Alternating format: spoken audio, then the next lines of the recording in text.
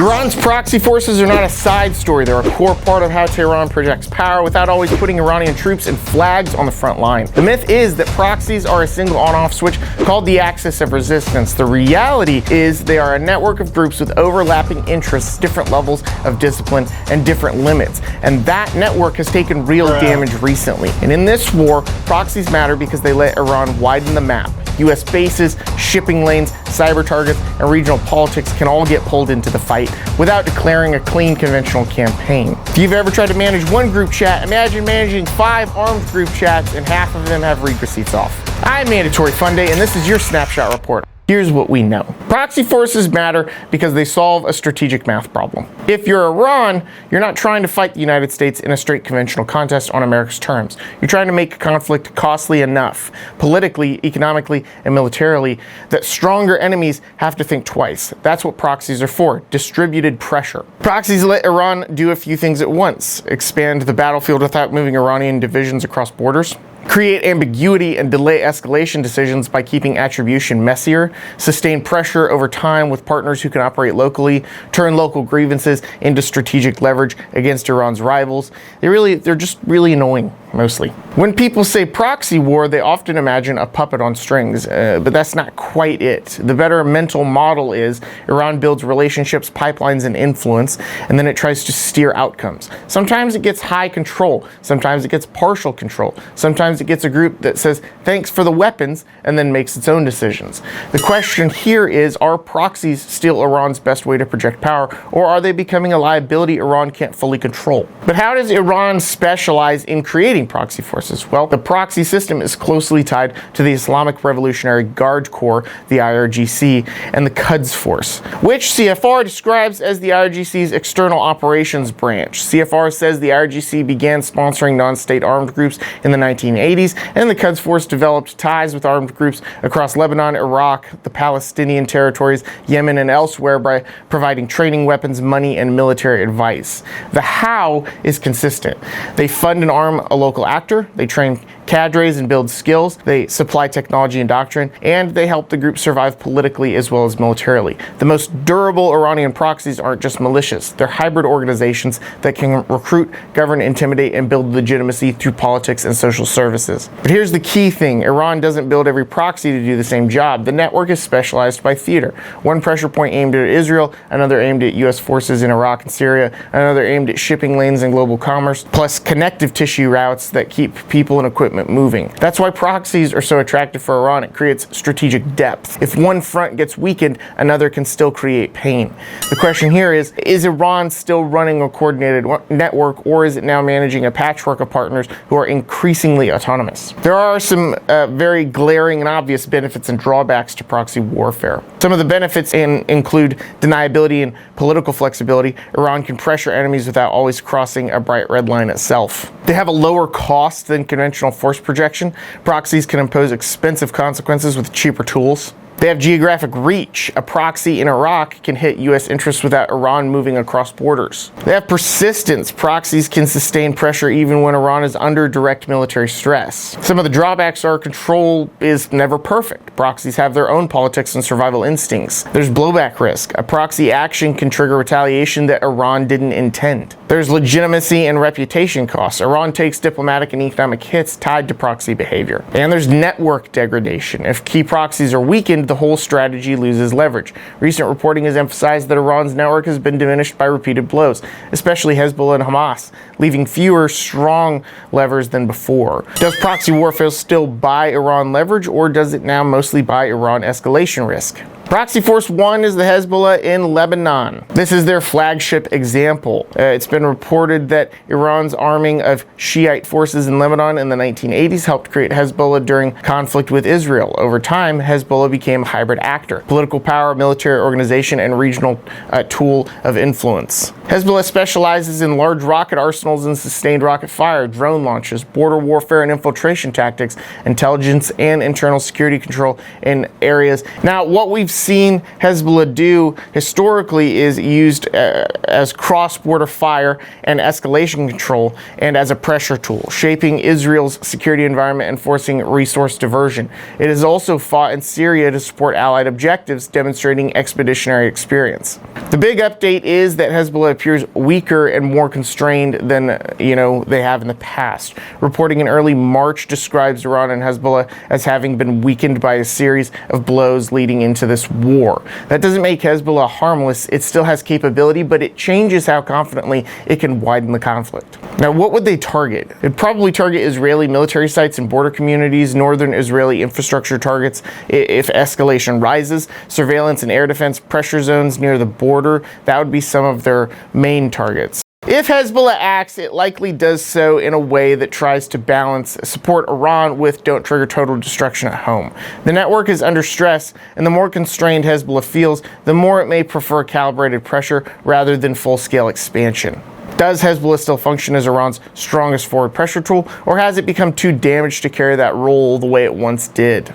Proxy force number 2 is Iraqi Shiite militias. If Hezbollah is the headline proxy, Iraqi militias are the most direct pressure tool against U.S. forces. Recent reporting is especially important for them. It says Iran spent decades fostering Iraqi proxies, but now many leaders are not eager to join the war in a full way, partly because they have political positions and assets to lose inside Iraq. They specialize in short-range rockets, in one-way attack drones, in harassment and intimidation campaigns, and in pressure on U.S. bases and diplomatic sites, as well as influence inside Iraq's political security system. Their political influence inside Iraq changes their risk tolerance. We've seen them do a few things. This ecosystem has a track record of launching attacks on U.S. positions in Iraq and Syria, as well as mass mobilization and political intimidation during periods of high tension. But what is their current status? Many militia leaders now have more to lose, and that can mean slower mobilization, selective participation, or hesitation, even if Iran wants more action. Their likely targets would be U.S. bases, logistics nodes, and personnel in Iraq and Syria, U.S.-linked diplomatic facilities, local adversaries inside Iraq, including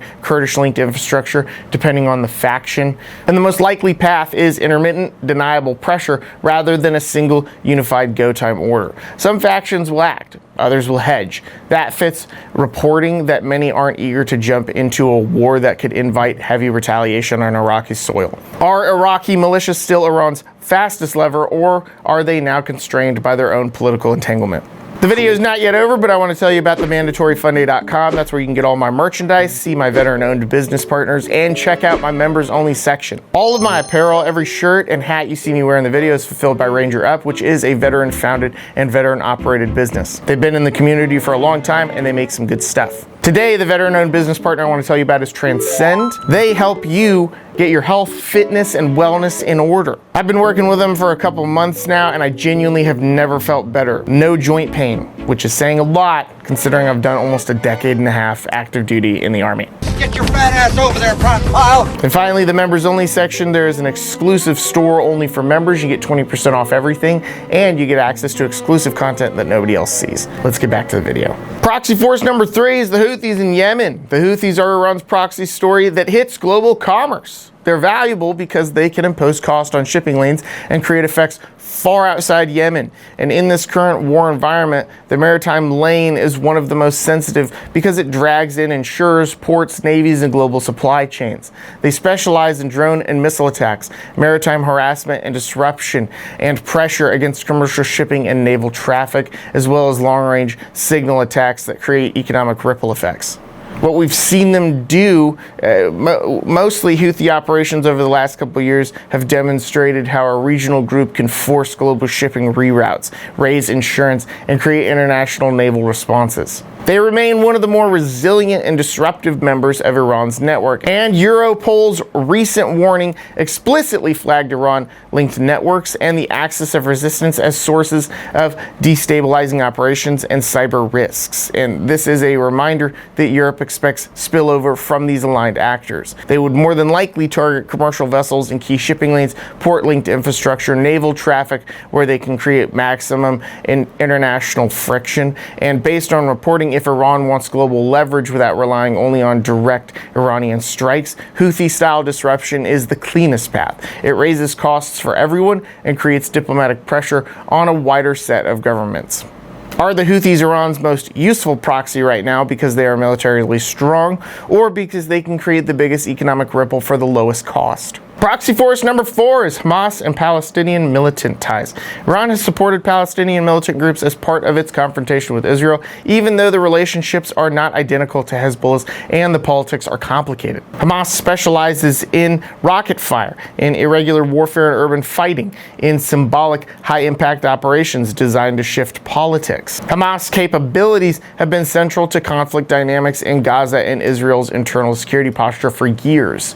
And this is where the weakened network story becomes important. Reporting in early March emphasized that Iran and its proxy networks, including Hamas, have been weakened by a series of blows leading up to this war. Much of the reporting we're seeing frames the network as diminished.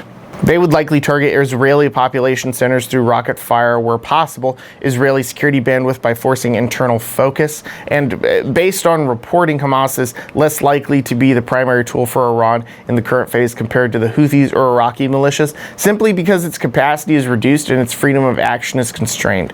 It remains relevant historically and symbolically, but its practical ability to shape the war right now appears limited.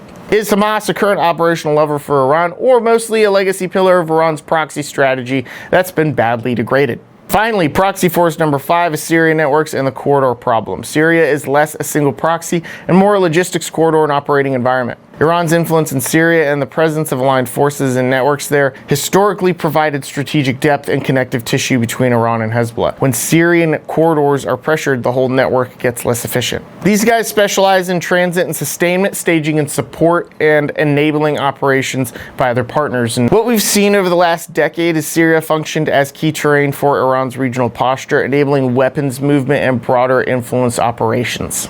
Recent reporting emphasizes that Iran's network is weaker and under heavy stress, and corridor disruption is a major part of that. They would likely target U.S. positions in Syria, Israeli targets indirectly, and regional logistics routes. If the war expands, Syria's role is likely to be more about enabling and sustaining pressure rather than being the main headline proxy, but that enabling function is exactly what makes it strategically important. How much of Iran's proxy strength comes from the fighters and how much comes from the corridors that keep them supplied and coordinated? We can make some assessments about what happens next based on current reporting, and so here's my forecast. Iraqi militias are likely going to split between action and restraint. It's being reported explicitly that many leaders are not eager to join a full war, which means you should expect uneven participation and political hedging. We can expect the Houthis remain the most disruptive economic lever. If Iran wants to widen global pressure, maritime disruption is the fastest route to global consequences. We can expect Hezbollah remains dangerous but constrained. It can escalate, but it's operating under reduced capability and higher domestic and regional political constraints than before.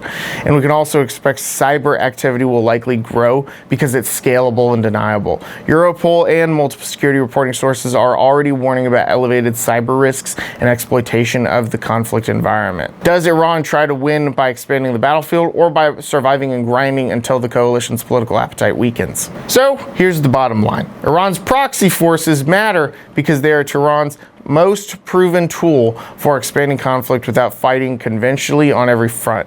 Iran built this system through the IRGC and the Quds Force over decades, funding, training, arming, and embedding groups into local politics so they could pressure enemies across the region. But the proxy network is not what it once was. Real-world reporting says it's weaker, more fragmented, and more constrained, especially compared to the old myth that Iran can coordinate perfect multi-front war on command. That doesn't make it safe.